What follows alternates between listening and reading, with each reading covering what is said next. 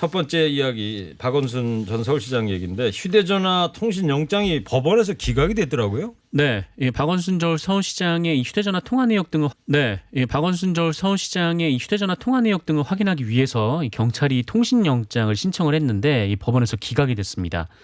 법원은 이 박원순 전 시장의 휴대전화 세대에 대해서 청구된 영장에 대해서 이 강제 수사의 필요성이 부족하다라면서 발부를 하지 않았다라고 하는데, 그러니까 이 변사자 사망 경위 관련해서 타살 등 범죄와 관련되었다는 점에 대한 소명이 없다라는 이유였습니다. 네. 앞서 이 경찰은 박원순 전 시장이 사망한 채 발견된 장소에서 휴대전화 1대 그리고 개인 명의의 2대 등 3대를 모두 통신영장을 신청을 한 바가 있는데 이것이 기각되면서 좀 통신영장을 이제 바로 이제 확인할 수가 없는 그런 상황이고요. 예. 다만 이 가족들과 그러니까 유가족들과 현장에서 발견된 휴대전화 1대에 대해서는 이 디지털 포렌식을 하기로 했거든요. 네. 이 포렌식 결과에 따라서 이 구체적인 이 사망 직전 행적을 좀 알 수가 있을 것으로 보입니다. 네. 무거운 녀석들 우리 코너에서도 이제 설명을 드린 부분인데 이 디지털 포렌식 관련된 부분도 뭐 통화 내용 전부 다를 하는 것이 아니라 성추행 의혹과 관련된 부분으로 좁혀서 그렇게 관련된 내용만 조사가 되는 것으로 지금 알려지고 있습니다. 예. 그 처음에 왜 고소했다 이런 이 팩트가 뭐 알려졌다 그래서 이른바 고소 유출 의혹 사건인데 검찰에 배당이 됐죠 사건이. 네. 이 박원순 전 시장과 관련돼서는 이제 공소권 없음으로 해서 경찰에서는 더 이상 뭐 수사하지 않겠다 이런 내용이 나왔었는데 이건 다른 부분입니다. 그러니까 관련된 내용, 그러니까 피해 고소인이 고소했다라는 것을 어떻게 미리 알고 있었느냐 바로 이 부분이거든요. 네. 그래서 관련해서 이제 임순영 젠더 특보는 경찰의 참고인 조사에서는 그런 얘기를 했다고 그래요. 외부로부터 뭐 피해 고소와 관련된 내용이라기보다는 이 유사한 내용에 대해서 뭐 들었었다. 그래서 시장에게 물어봤었다. 뭐 불미스러운 일이 있느냐 이것인데 그래서 이야기는 경찰에서 유출된 것이냐 청와대에서 유출된 것이냐 아니면 서울시 관계자로부터 유출된 것이냐 이 부분은 따로 이제 검찰에서 수사가 진행이 되는데 임순영 젠더 특보는 사표를 냈습니다. 그러니까 이제 이 사안과 관련해서 경찰에는 이제 참고인 조사를 했었던 임순영 전 이제 젠더 특보가 될 텐데 뭐 양성평등이나 이것과 관련해서 서울시에서 이제 일을 맡아서 하고 있는 자리가 바로 젠더 특보인데 이 검찰에서 이제 수사를 시작하게 되면은 임순영 전 젠더 특보가 다시 한 번 더 참고인 조사를 그래서 받을 가능성도 상당히 있습니다. 박원순 전 시장의 그 성희롱 정황이 추가로 공개가 됐더라고요. 네, 그렇습니다. 이 관련해서 좀 얘기가 나왔는데요. 고소인을 지원하고 있는 한국 성폭력 상담소 그리고 한국 여성의 전화는 어제 오후에 서울시장 비서실에서 벌어진 일이라면서 이 성희롱과 성차별적 업무의 구체적인 내용을 발표를 했습니다. 이에 따르면 이 박원순 서울시장이 아침 저녁으로 혈압을 쟀는데 이 일을 이제 피해자가 해야 했다라고 했고요. 그러면서 이 박원순 시장이 그러니까 피해자가 혈압을 재면 이 혈압이 높게 나와서 기록이 안 좋다라는 좀 부적절한 발언을 했다 이런 주장도 했습니다. 그리고 시장이 운동을 마치고 나서 샤워를 할 때 이 비서가 속옷을 가져다 줘야 했고 또 벗어둔 속옷을 집으로 보내는 등 그 일상적인 좀 성차별과 성희롱에 노출됐다 이렇게 주장을 했고요. 그리고 시장의 낮잠을 깨우게 하고 또 마라톤을 할 때 또 여성 비서가 오면 기록이 더 잘 나온다라면서 이 주말 새벽에 나오도록 요구를 하고 뭐 그런 일도 있었다라고 주장을 했습니다.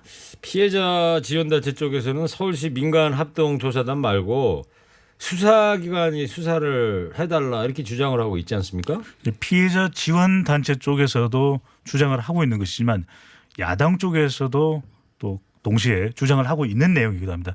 그만큼 이제 서울시에 이번 성추행 의혹과 관련된 관련자가 있다. 그래서 왜 이 성추행 피해를 입었다라고 하는 고소인이 다른 쪽으로 보직 변경을 원했는데 왜 해주지 않았느냐 또는 방임한 거 아니냐 방치한 거 아니냐 이렇게 이야기가 되면서 오히려 이것을 서울시에서 민간 합동 조사를 하는 경우에도 물론 전문가들의 또 전문성이 있기는 하지만 이 공정하게 투명하게 그리고 중립적으로 진행이 되겠느냐. 그래서 오히려 수사기관이 압수수색도 해야 된다. 그리고 또 이것을 공정하게 처리해야 된다. 이런 이야기가 나오면서 뭐 제대로 수사하기 위해서는 수사기관에 맡겨야 된다라는 주장이 이 피해자 지원단체 쪽으로부터 나오고 있는데 야당도 이런 주장을 하고 있습니다. 네.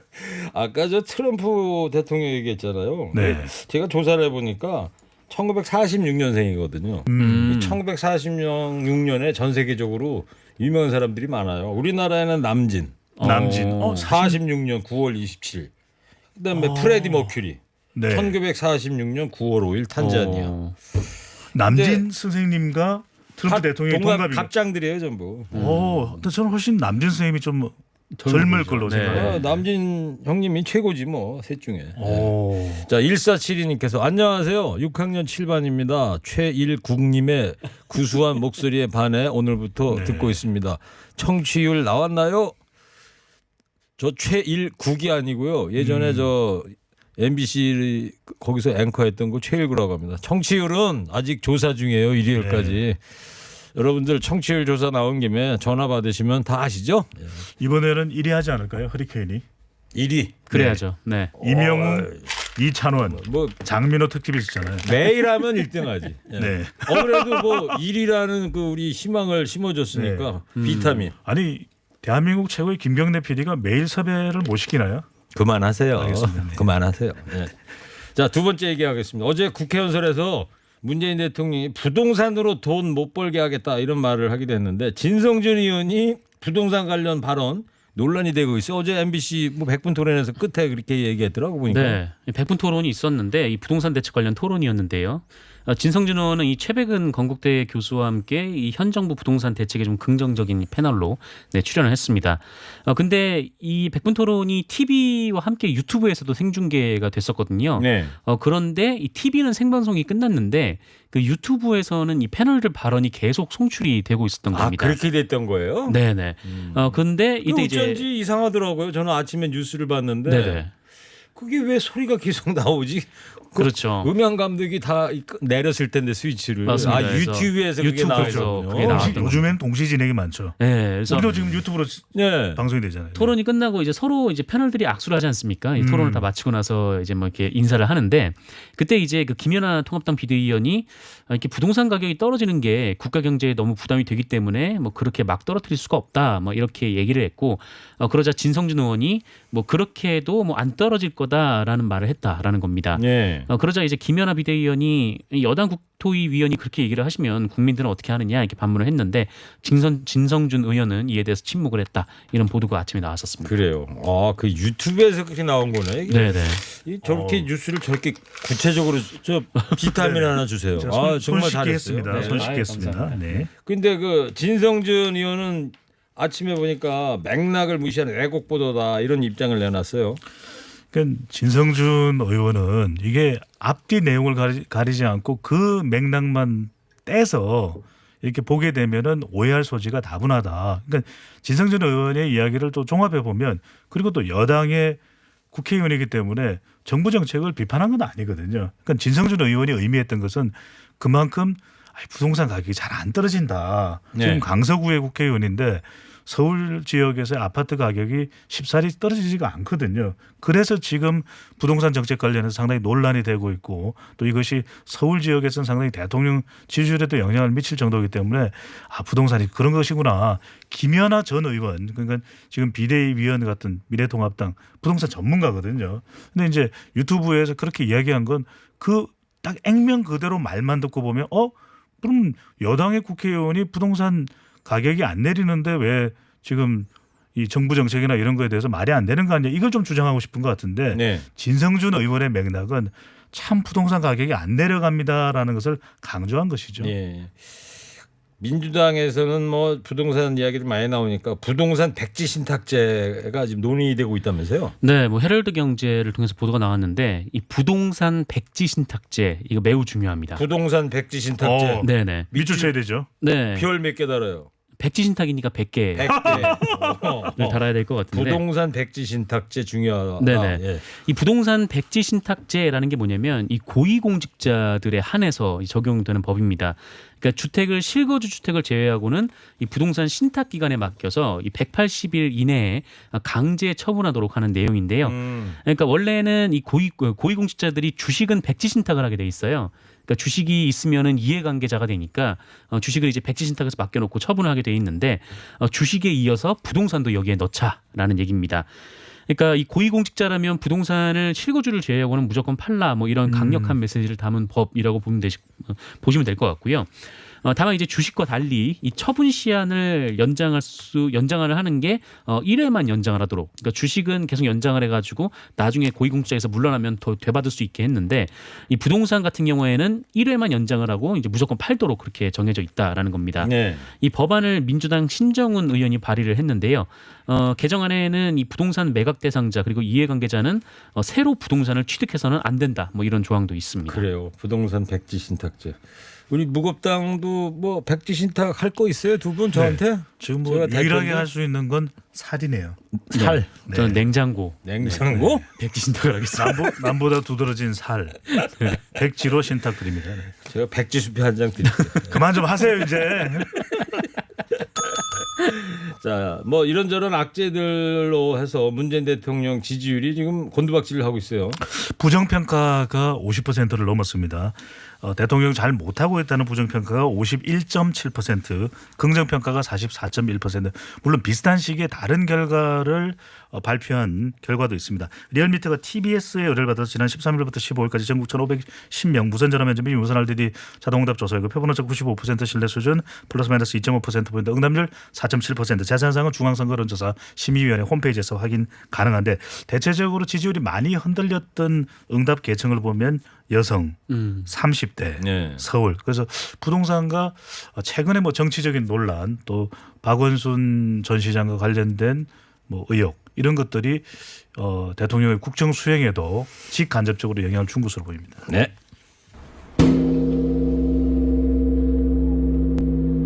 저는 허리케인 라디오 앵커 DJ 최일구고요. 인사이트 K 배종찬 소장 시사 전문 정상근 기자와 함께하고 있습니다. 마지막으로 코로나19 얘기하려고 그러는데 어제 오늘 잇따라 신규 확진자가 60명대가 나왔어요. 네, 어제 오늘 신규 확진자가 60명이 넘었습니다. 오늘은 0시 기준으로 신규 확진자가 60명이고요. 해외 유입이 39명, 이 국내 발생이 21명이 나왔습니다. 한 사흘 새 국내 발생이 10명대였는데 오늘 다시 20명대로 올라왔는데요. 지역별로 보면 서울이 7명으로 가장 많았고 또 경기도와 광주가 각각 5명 그리고 제주도가 3명, 대전이 1명 이렇게 나왔습니다. 해외 유입 확진자가 많더라고요. 네. 어디서 이렇게들 들어오시는 거예요? 그냥 밀집, 밀접 또 밀폐된 곳 예. 외국에도 그런 것이 있는 것이고요. 그래서 이제 우리 그 입국하는 이라크 근로자가 있습니다. 최근 그쪽에서 이제 공사 현장이 있었고 또 대체적으로 숙소에서는 또 밀집해서 서로 이야기를 나누기도 하고 식사도 같이 하는 경우들이 많지 않습니까? 그러다 보니까 이 정부에서도 이제 이라크 쪽으로 수송기를 보내서 국내로 귀환시키겠다 이런 발표를 하게 되었었고 며칠 전에 이제 설명을 드렸는데 미국이 지금 확진자가 계속 늘어나고 지난주에는 7만 명을 하루에 넘었던 적도 있습니다. 그런 네. 만큼 가장 확진자 숫자가 급속도로 늘어나고 있는 미국으로부터 그래서 지금 해외 유입 확진자가 지역 감염보다도 한 3배 정도 많을 정도입니다. 그래서 주한 미군의 경우에도 평택의 캠프 흠프리스 또 오선 공군기지로 격리되고 있다는 것도 말씀을 드렸는데 확진자 발생이 많은 지역으로부터 들어오는 외국인에 대해서는 좀 각별히 유의를 할 필요도 있겠습니다. 국내 발생 확진자도 오늘 20명이 넘었는데 제주도에서 감염이 이루어졌어요. 네, 최근 이 여름철 관광 성수기를 맞아서 이 제주도에 하루 3만 명 안팎의 관광객이 제주도를 찾고 있는데 이 제주도에서 지금 비상이 좀 걸린 그런 상황입니다. 특히 이 관광객이 즐겨 찾는 그 유명 관광지 중에 하나인 이 한림읍에서 이 새로운 코로나19 감염자들이 속속 나타나고 있는데, 그래요? 네. 지난 9일에서 14일 이 제주도에 사는 가족을 방문한 뒤에 이 서울 광진구에서 코로나19에 확진된 70대 A 씨가 있거든요. 예. 이 가족 A 씨의 가족들이 지금 확진이 됐습니다. 그래서 이 중에 2명이 A 씨의 가족이고 다른 2명이 있는데 이 다른 2명은 이 A 씨 가족이 근무하는 이 해빈 사우나의 직원 그리고 일반 음식점 손님 이렇게 1명. 그러니까 2차, 3차 감염까지 좀 이루어진 그런 상황입니다. 한림읍이 이제 서귀포 쪽에 있는 건가요? 그렇죠. 네. 청취자 여러분 한림읍이 어디 있는지 좀 알려주세요. 예. 식약처에서 마스크 사용법에 대한 가이드라인을 발표했다면서요? 네, 좀 더 구체적으로 발표를 했는데 기존에는 여름 너무 덥거나 이런 경우에는 비말 차단용 마스크 상당히 좀 가볍고 또 매일매일 이렇게 바꾸더라도 크게 비용 부담이 안 되는 마스크를 권장하게 되는데 최근 이제 지역 감염이 늘어가면서 조금 이 코로나19 감염이 우려되는 경우 또 우려되는 사람의 경우에는 이 단위가 좀 높은 마스크를 사용할 것을 좀 강력하게 중앙방역대책본부 그리고 식약처에서 강조를 하고 있습니다. 주로 우리가 이제 장기간 착용을 해야 되는 경우와 또 여름 이 계절적인 원인 때문에 비말 차단용 수술용 마스크 아주 손쉽게 우리 또 구입할 수 있지 않습니까? 네. 이런데 이제 최근 들어서 이제 기침을 하거나 또 목마름 현상, 호흡기 증상이 있는 경우에는 또 지병이 있는 경우에는 KF80 이상을 사용해야 된다. 그러니까 좀 더 이 걸러낼 수 있는 수준이 높은 마스크를 사용해야 된다는 것이고, 그다음에 KF94 마스크는 누가 착용을 해야 될까요? KF94 가장 수준이 높은 경우인데 이 경우에는 코로나19 의심 환자를 돌보는 경우, 그러니까 의료진 또 간호사 또 코로나 확진자의 가족 등은 반드시 코로나 KF94 제품 이상을 네. 착용을 하셔야 되겠습니다. 아, 알겠습니다.